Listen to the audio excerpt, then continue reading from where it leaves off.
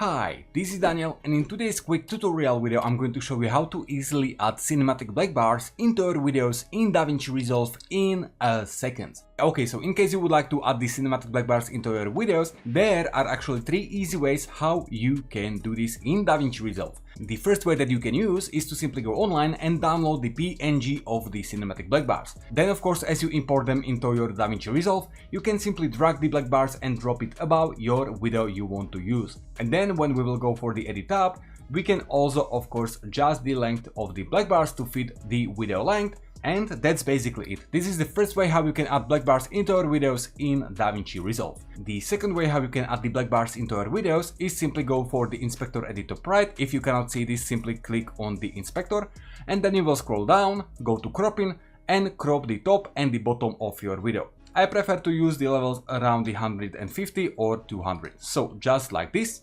and voila, another way how we just added black bars into our video.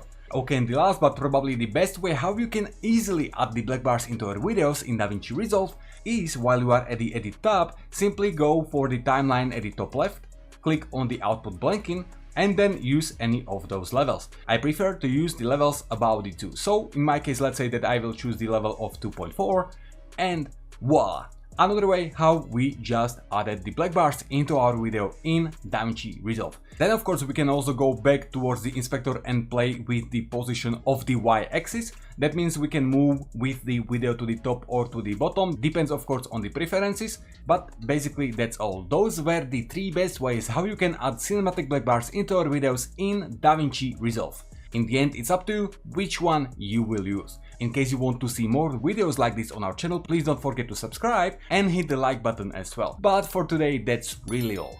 Thanks for watching, have a nice day and see you all in the next video. Goodbye.